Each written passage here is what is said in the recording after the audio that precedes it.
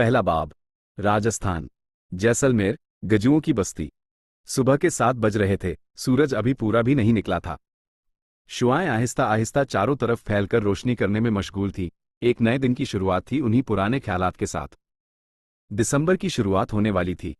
ठंडी रातों के साथ साथ अब सुबह भी सर्द होने लगी थी। वो खामोश होकर एक पत्थर से टेक लगाए तन्हा वहां बैठा हुआ था। फजर की नमाज पढ़कर वो सीधा यहीं आ गया था। उसे यहां आए हुए अभी आधे घंटे से ऊपर वक्त हो गया था। मस्जिद यहां से ज्यादा दूर नहीं थी। अजान की आवाज वो यहां साफ सुन लिया करता। बगैर किसी को बताए वो यहीं आ बैठा था। जमीन पर मौजूद रेत उसकी आर्मी वाली यूनिफॉर्म पर काफी हद तक लगी हुई थी। यूनिफॉर्म में सीने पर दाईं और बैच में अंग्रेजी के लफ्जों में उसका नाम लिखा हुआ था, शामिर खान। वो किन्हीं उलझनों में गुम था। उसे किसी चीज की खबर नहीं थी। कुछ तो गहरा सोच रहा था, कुछ ख्यालात जो उसके दिल और दिमाग पर छाए हुए थे, जिन्हें वो एक माला में पिरोते हुए अल्लाह से दुआ किए जा रहा था। अल्लाह जी, बस आज छुट्टी मिल जाए 1 महीने की, फिर कल शाम में ही मैं हफ्सा को अपनी मोहब्बत का इजहार कर दूंगा। एक तरफा या साइलेंट नहीं रहने दूंगा मैं अपनी मोहब्बत को। इससे पहले कि देर हो जाए हफ्सा से एंगेजमेंट करके निकाह करना है। अल्लाह जी, बस मेरी मोहब्बत मुझे हलाल तरीके से मिल जाए, मुझे और कुछ नहीं चाहिए। वो एक के बाद एक नई बात सोचते हुए आसमान की तरफ देखते हुए अपने दिल में दुआ कर रहा था। दोस्त से मुलाकात। ओ ए शामिर यूसुफ। पीछे से किसी ने उसका नाम पुकारा तो उसने मुड़कर देखा। आर्मी वाली यूनिफॉर्म में वो एक 5 फुट का नौजवान था, जिसके चेहरे पर फिलहाल एक अजीब सी रहस्य मुस्कुराहट थी। वो काफी खुश नजर आ रहा था। क्या हो गया? मुस्कुरा क्यों रहा है इतना? अभी कुछ देर पहले तो रो रहा था कि कमांडर जाने नहीं दे रहा। अपनी यूनिफॉर्म से रेत झाड़ते हुए वो उठा। मुस्कुराने की वजह तो मैं बाद में बताऊंगा, पहले ये बता, यहां अकेला बैठा क्या कर रहा था? नमाज पढ़कर जब मस्जिद से निकला तो तुम नहीं मिले। मैं ढूंढ ढूंढ कर थक गया यार, क्यों बैठे हो यहां? उसने अपनी कमर पर हाथ रखकर संजीदगी से पूछा। देख रहा था कोई आता है तो साथ चला जाऊं उसके, यहां से कुछ दिन दूर। एक पल ठहर कर, सच कह रहा हूं, स्ट्रेस लेवल कम हो जाएगा और जो सुकून मिलेगा, आय हाय उसकी तो क्या ही बताऊं। वो आंखें बंद करके दिल पर हाथ रखकर मुस्कुराते हुए बोला। यहां से दूर या फिर हफ्सा सलमान के पास? हाँ? उसने आबरू ऊपर उठाते हुए पूछा। उसकी बात सुनकर शामिर हंस पड़ा। दोनों ही बात है। अब तू ये बता, इतना मुस्कुरा क्यों रहा है आज? उसने अपनी बात को इग्नोर करते हुए उससे पूछा। मुस्कुरा रहा हूं क्योंकि छुट्टी मिल गई है मुझे। घर जाकर खूब मस्ती करूंगा और सबसे पहले अपनी मंगेतर से भी मिलूंगा। वो खुशी से उछलते हुए बोला। उसके लिए शायद ये दुनिया की सबसे बड़ी खुशी थी। हाँ हाँ, तुम्हें तो मिल गई छुट्टी। न जाने हम जैसे लोगों का क्या होगा। साल हो गया है यार, कमांडर को तरस नहीं आता मुझ पर। वो रूनी शक्ल बनाते हुए बोला। अच्छा अच्छा, अब उदास तो मत हो न यार। चल, आज तेरा ये नालायक दोस्त सरफराज तुझे एक बड़ी खुशखबरी देता है। उसने शामिर के कंधे पर हाथ रखते हुए कहा। बोल न, एक्साइटमेंट बढ़ रही है मेरी। उसके चेहरे पर मौजूद उदासी वाले तासुर जरा बदले थे। तुझे भी 1 महीने की छुट्टी मिल गई है पगले। वो उसके सिर पर चपत लगाते हुए खिलखिलाकर बोला। मजाक के मूड में नहीं हूं मैं।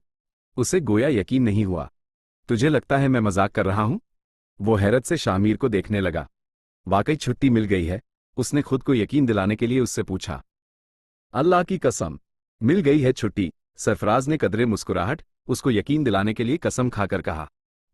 अरे यार! उसके चेहरे पर मौजूद तासुर खुशी में बदलते हुए नजर आए। खुशी के मारे वो सरफराज से लिपट गया। जरा खुशी बचाकर रख भाई, जब हफ्सा शादी के लिए हां कह देगी तब काम आएगी। सरफराज ने उसके कंधे को थपथपाते हुए मजाकिया अंदाज में कहा। हाँ कहते हुए वो उससे अलग हुआ और जरा सा शर्मा दिया।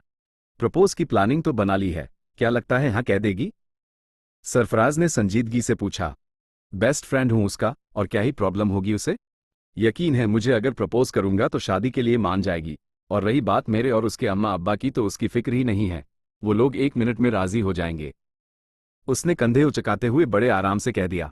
बस डर है कि ताया अब्बा ने उसके लिए पहले ही कोई लड़का न देखा हुआ हो। अगले ही पल उसकी लापरवाही वाली बात अब संजीदगी में बदलकर गायब हुई थी। नो टेंशन ब्रो, मेरी दुआ तेरे साथ है। बाकी जब भी कोई जरूरत हो याद कर लेना, तेरा भाई हाजिर होगा। उसने मुस्कुराते हुए कहा। सपोर्ट के लिए थैंक यू यार। कहते हुए वो सरफराज के गले लग गया। अल्लाह ताला तेरे साथ है, सब बेहतर होगा। सरफराज ने सरगोशी करके उसके कंधे पर हाथ रखते हुए कहा। सामान पैक करते हैं, आ जाओ। शामिर ने उससे अलग होने के बाद उसके कंधे पर बांह फैलाते हुए कहा और उसे अपने साथ वहां से ले जाने लगा। एक साथ कदम रखते हुए वो दोनों कैंपस की ओर बढ़ने लगे। हवेली पहुंचने से पहले कॉल जरूर करना हा, उसने फरमाइश की। श्यो, शामिर ने जवाबन कहा और फिर खामोश हो गया। वो अब कुछ सोच रहा था। क्या खिचड़ी पक रही है अब दिमाग में? सरफराज उसकी कुछ देर की खामोशी के पीछे की वजह महसूस कर पा रहा था।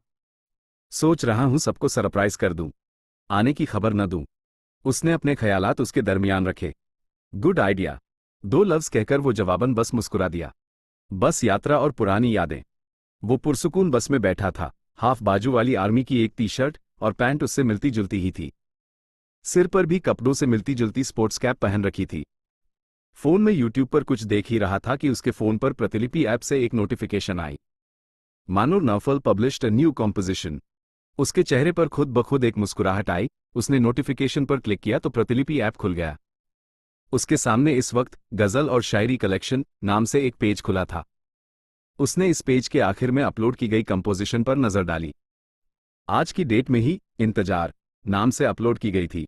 उसने इस पर क्लिक कर दिया। उसके सामने फोन पर वो एक गजल थी। उसने इसको पढ़ना शुरू कर दिया। इंतजार, एक इंतजार तेरे आने का, इंतजार बस एक मुलाकात का। तुम नहीं मेरे पास, तेरी कुछ बातें हैं, कुछ तेरे होने का एहसास और तेरी कुछ वो यादें हैं। तेरे एक दीदार से मुझको मोहब्बत, तेरी आंखों में डूब जाऊं, तेरे नाम से पिघल जाए दिल मेरा। तुझे याद करूं तो संवर जाऊं और न करूं तो किधर जाऊं। एक इंतजार तेरे आने का, इंतजार बस एक मुलाकात का। वो आखिरी लाइन पढ़कर हंसा और फिर इस पर कमेंट किया। आ रहा हूं, इंतजार खत्म करो, अब तो रोज मुलाकात होगी हमारी। किसका इंतजार है मोहतरमा को आखिर? अभी पूछता हूं। उसने प्रतिलिपि पर कमेंट लिखकर खत्म करने के बाद प्रतिलिपि को बैक कर दिया और अभी व्हाट्सएप ऑन किया ही था कि उसके फोन पर किसी की कॉल आई। कॉल पर फ्लैश होते नाम को देखकर वो मुस्कुराया और कॉल पिक की। बहुत लंबी उम्र है तुम्हारी नूरी, अभी तुम्हारी ही गजल पढ़कर कमेंट किया है मैंने, वो हंसते हुए बोला। और वही कमेंट पढ़ते ही कॉल किया है मैंने तुम्हें। तुमने लिखा है कि आ रहे हो? वाकई, कॉल पर से एक लड़की की आवाज सुनाई दी। सरप्राइज है, किसी को मत बताना। अभी आधे घंटे में घर पहुंच जाऊंगा, उसने कहा। अरे यार, मैं तो घर पे ही नहीं हूं, नानी के यहाँ आई हुई हूं। नानी की तबीयत खराब थी तो यहाँ रहने आ गई थी कुछ दिन।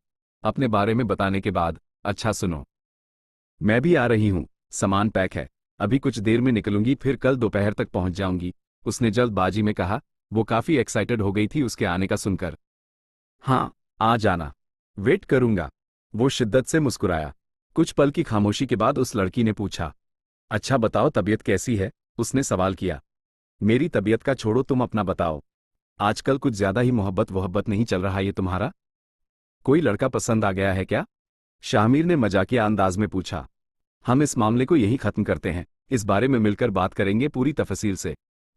महनूर शायद किसी वजह से नर्वस हो रही थी या फिर अभी उसे इस बारे में बताना नहीं चाहती थी। कोई बात नहीं, लेकिन सिर्फ अभी के लिए, मिलते ही बात करूंगा इस टॉपिक पर, उसने हंसते हुए कहा। ओके डन, वो जवाबन बोली। और बताओ, घर में क्या चल रहा है? अम्मा अब्बा या चचा चाची किसी ने भी परसों से अभी तक कॉल नहीं किया मुझे, शामिर ने जरा संजीदा होते हुए कहा। परसों से? अरे हाँ, बिजी हो गए हैं ना सब। मैंने तो कॉल किया था तुम्हें कल, देखो अब भी किया है। रोज करती हूं मैं तो, वो हंसते हुए बोली। हाँ, अच्छा सब बिजी क्यों हैं? उसने पूछा। किसी ने इस तरह उसे इग्नोर नहीं किया था कभी। अरे वो हमारी हफ्सा, कहते हुए उसने अपनी बात अधूरी छोड़ दी और फोन खुद से दूर कर लिया। क्या हुआ हफ्सा को? उसने परेशान होते हुए 2-3 बार पूछा, मगर सवाल का कोई जवाब नहीं मिला। नानू आ गए हैं, उन्होंने ही बुला लिया था। सॉरी, तुम घर जाओगे तो तुम्हें खुद ब खुद मालूम हो जाएगा हफ्सा के बारे में। अच्छा अभी मैं फोन रखती हूँ, नानू बुला रहे हैं, उसने कहा। अच्छा ठीक है, शामिर ने उदास होकर कहा। वो हफ्सा की बात को अभी जानना चाह रहा था। बाय सोल्जर जी, वो धीमी आवाज में प्यार से बोली। बाय। महनूर ने शामिर की आवाज सुनने के बाद कॉल कट कर दी। वो एक टक तक बस फोन की स्क्रीन को देखता रहा, फिर फोन बंद करके अपनी पैंट की पॉकेट में रखकर विंडो से बाहर झांकने लगा। बस के बाहर से आती ठंडी हवा उसके चेहरे पर आकर टकरा रही थी और ये उसके लिए एक खूबसूरत पल था। उसके दिमाग में कैद वो कुछ यादें उसकी नजरों के सामने आने लगी। जब वो आर्मी में ज्वाइनिंग लेटर के इंतजार में था। सिलेक्शन तो हो चुका था मगर ज्वाइनिंग लेटर अभी आया नहीं था। क्या कर रहे हो तीनों? वो महनूर के कमरे में दाखिल हुआ था। हफ्सा, महनूर और महनूर का छोटा भाई जिशान फोन में लूडो खेल रहे थे। शामिर को देखकर उन्होंने गेम रोक दिया। इंतजार कर रहे हैं, पार्टी कब दोगे? हफ्सा ने शामिर की तरफ मुतवज्जा होकर कहा। किस चीज की पार्टी? उसने अनजान बनते हुए पूछा और उनके पास बेड पर बैठ गया। अल्लाह, किस चीज की पार्टी? ये भी हमसे पूछ रहे हो? ज़िशान हैरत से उसकी तरफ देखते हुए बोला। तहज्जुद में रो रो कर दुआएं की है तुम्हारे लिए, तब जाकर आर्मी में सिलेक्शन हुआ है। अब सिलेक्शन होते ही ऐसे अनजान बन रहे हो? महनूर खिसक कर उसकी तरफ आते हुए खफगी जाहिर करते हुए बोली। अच्छा, उसकी पार्टी? वो हंसा। हाँ, कब दे रहे हो? हफ्सा ने आबरू ऊपर उठाते हुए उससे सवाल किया। जब जॉइनिंग लेटर आ जाएगा तब, उसने सीधी सी बात कही। इतने कंजूस न बनो, जॉइनिंग लेटर आएगा तब तो सबके लिए ही होगी, अब चाहिए हम तीनों को। जिशान ने फरमाइश की। इकलौते 3 ही कजन हैं हम लोग तुम्हारे, और बेस्ट फ्रेंड्स भी। इतना भी नहीं कर सकते हमारे लिए? हफ्सा नाराज होते हुए बोली। क्यों नहीं? अभी बताओ क्या चाहिए, अभी ऑर्डर करता हूं। उसने हफ्सा की बात सुनते ही फौरन कहा। वो आखिर उसकी बात कैसे टाल सकता था? हफ्सा, बेटा तुम्हारी अम्मी बुला रही हैं, तुम्हारी नानी आई हुई। तभी कमरे में महनूर की अम्मी रुखसाना दाखिल हुई। अच्छा ठीक है, फिर थोड़ी देर में आती हूं मैं, फिर से स्टार्ट करेंगे गेम। कहते हुए वो बेड से उठ खड़ी हुई। मैं भी चलूं तुम्हारे साथ? शामिर ने आस भरी नजरों से उसकी तरफ देखा। मैं कौन सा मना कर रही हूं, सामने ही तो घर है, आ जाओ। हफ्सा हंसते हुए बोली। शामिर, तुम्हारे अब्बा बुला रहे हैं तुम्हें भी, बाद में जाना ताया के घर। रुखसाना ने उसकी बात सुनकर फौरन कहा और अपने बच्चों की तरफ मुतवज्जा हुई। और तुम दोनों मेरे साथ आओ, बिरयानी और कोफ्ते बना रही हूं, हेल्प करो मेरी। चारों की टोली मटरगश्ती ही करती रहती है, कोई काम धंधा है नहीं है इनको, और फोन में गेम खेलते रहते हैं। बड़बड़ाते हुए बेड पर रखा फोन लेकर वो कमरे से बाहर निकल गई। ये सब लोग हमारी गैंग के बारे में ही क्यों कहते रहते हैं? क्या बिगाड़ा है आखिर हमने इनका? शामिर रुखसाना के जाने के बाद बड़बड़ाया। हम अच्छे लोग हैं, हफ्सा ने मुस्कुराते हुए कहा, और अच्छे लोगों से जलती है दुनिया। महनूर और शामिर ने उसकी बात मुकम्मल की और फिर चारों हंसने लगे। ये उन चारों की फेवरेट लाइन थी। वो उन यादों से बाहर आया, कितने अच्छे दिन थे वो। शामिर उन्हें याद करके मुस्कुराने लगा। लगेज को खिसकाते हुए वो घर के अंदर दाखिल हुआ। अम्मा, मैं आ गया, उसने आवाज दी। उसकी आवाज सुनकर उसकी अम्मी बिल्किस फौरन अपने कमरे से बाहर निकली। आर्मी वाली यूनिफॉर्म में उसको अपने सामने देख एक पल के लिए उनको यकीन नहीं हुआ। शामिर, उनकी आंखें नम हो गईं। वो तेज कदमों के साथ उसकी तरफ बढ़ी और उसके करीब आते ही उसके गले लग गईं। मेरा बच्चा, कैसा है? उन्होंने प्यार से उसके माथे को चूमा। मैं ठीक हूं, आप बताएं कैसी हैं आप? उसने उनके हाथों को प्यार से पकड़ते हुए पूछा। मैं भी ठीक हूं, तुम्हें बताना चाहिए था ना, तुम्हारे बाबा या चाचू तुम्हें लेने आ जाते। उनकी आंखों से आंसू लुढ़ककर गाल पर आ गए। बताकर आता तो आपकी आंखों में इतनी खुशी देख पाता। अच्छा, अम्मी रोए तो नहीं ना आप? उसने उनके आंसू पोंछे। ओहो, सोल्जर साहब, व्हाट अ सरप्राइज। जिशान ने उसे देखते ही तेज आवाज में कहा और दौड़ते हुए उसके पास आ गया। अस्सलामु अलैकुम भाई, कैसे हैं आप? उसने शामिर का हाथ पकड़ते हुए पूछा। अल्हम्दुलिल्लाह, तुम बताओ, उसने जिशान के बाल बिखेरते हुए पूछा। बहुत मिस किया आपको, जिशान ने बेचारा सा मुंह बनाते हुए कहा। ओह, मैंने भी।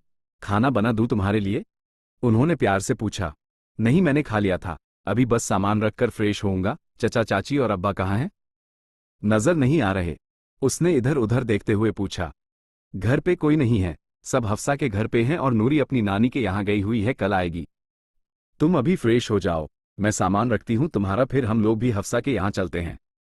बिल्किस ने उसकी लगेज उठाते हुए कहा। कोई प्रोग्राम है ताया अब्बा के यहाँ? उसने पूछा। हाँ, यही समझो। कहते हुए वो उसका सामान ले जाने लगी। जिशान भी उनकी हेल्प करने लगा। कैसा प्रोग्राम? बताएं, मैं बहुत एक्साइटेड हूं। महनूर ने भी नहीं बताया था मुझे, अब आप तो सस्पेंस को खत्म कर दें प्लीज। उसने इल्तिजा की। हफ्सा को लड़के वाले देखने आए थे परसों, बात पक्की हो गई है। लड़का ज्यादातर यूके में रहता है और 2 महीने बाद हमेशा के लिए वही रहने वाला है, तो शादी की डेट फिक्स कर रहे हैं सब मिलकर, उन्होंने बताया। वॉट? वो बुरी तरह से चौंका। हाँ, माना कि थोड़ा जल्दी हो रहा है, लेकिन इसमें ऐसा रिएक्ट करने वाली क्या बात है? हफ्सा को पसंद है वो लड़का, और अगली बारी इंशाल्लाह तुम्हारी ही होगी। कोई लड़की पसंद है तो बता देना। वो हंसते हुए बोली और उसका सामान लिए उसके कमरे की ओर बढ़ गईं। वो सुन्ना सा वहीं खड़ा रहा। उसकी उम्मीदों पर पानी फेर दिया गया था, उसके ख्वाब टूट रहे थे और उसका दिल अब फटकर बाहर आने को था। उसके दिल से रिश्ता हुआ खून, उसकी आंखों में मौजूद आंसू उसके अंदर ही कहीं दब कर रह गए थे। उसने बमुश्किल आंसुओं को बहने से रोका।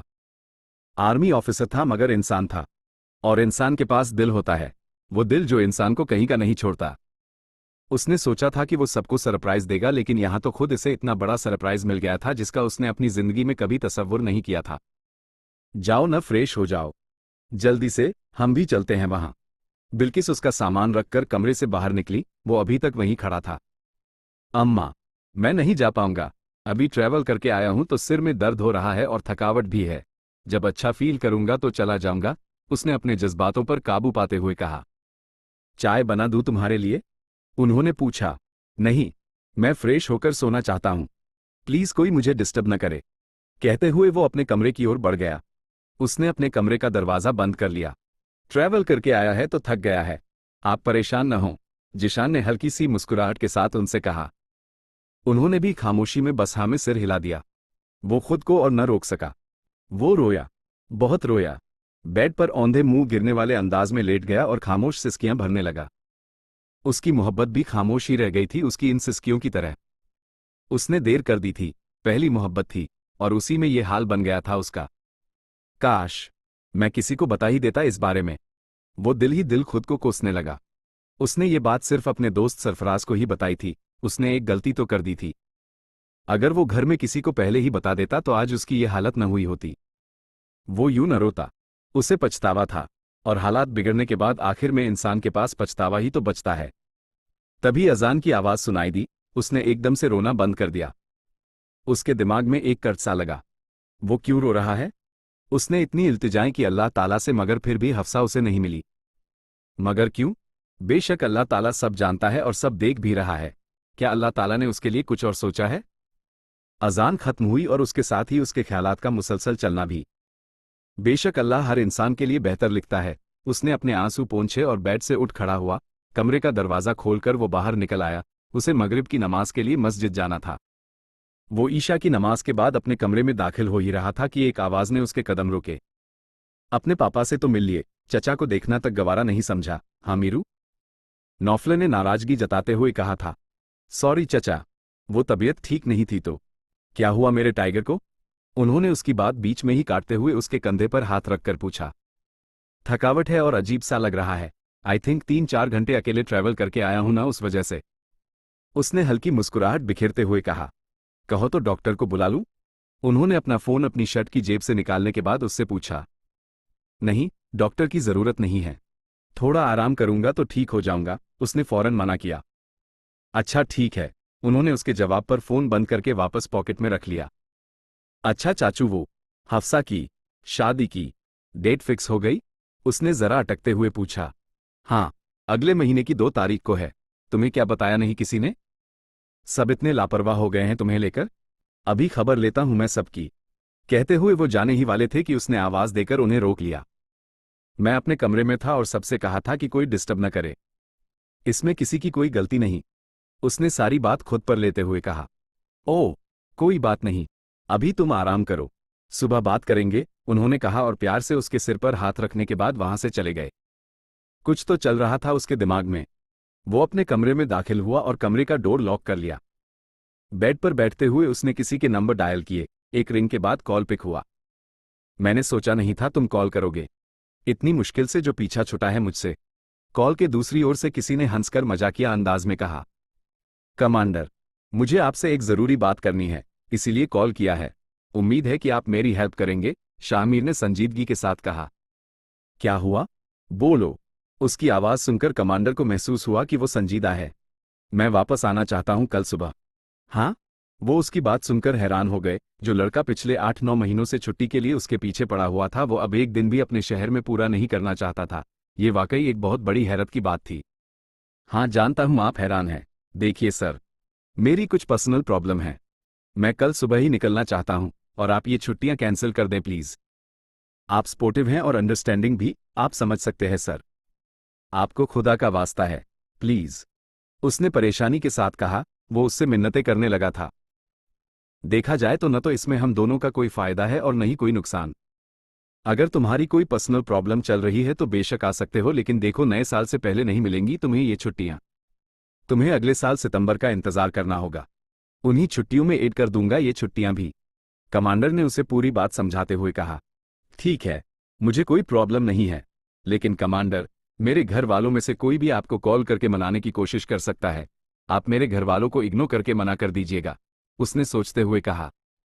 ठीक है, I can handle.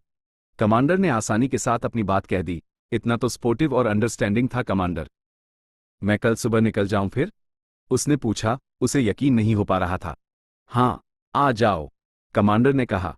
Okay, thank you very much sir, वो जवाबन बोला और फिर कॉल काट दी।